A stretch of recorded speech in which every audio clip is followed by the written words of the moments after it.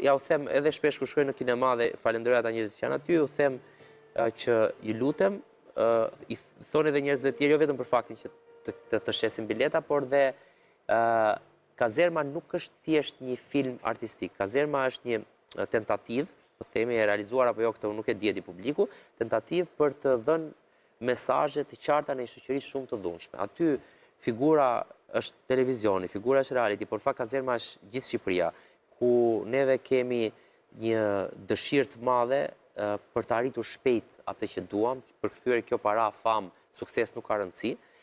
Kemi drejtues të cilët edhe në çdo sektor ke një dhunë të vazhdueshme.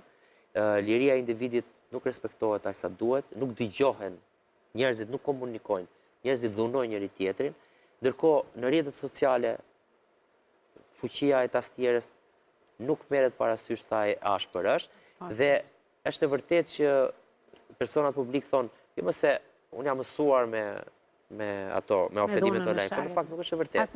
Asnjëherë nuk mësohesh dhe ato lënë një gjurmë. Le të po i hyjmë asaj që të gjithë kanë një familje etj. Ndërkohë vetë personazhet publik janë pjesë e një vorbulle që here provokojnë, here lëndohen etj. Pra gjithë kanë një rol dhe unë nuk dua të vëgishtim, por ajo që dua të them është që secili nga ne në pozicionin e tij, në atë të voglën, të mesmën apo të madhen e vet, Turiani ka këtë cepin këtu, Fjodora ka cepin atje, duhet bëhemi pak më reflektues. Ky është qëllimi i Kazermës.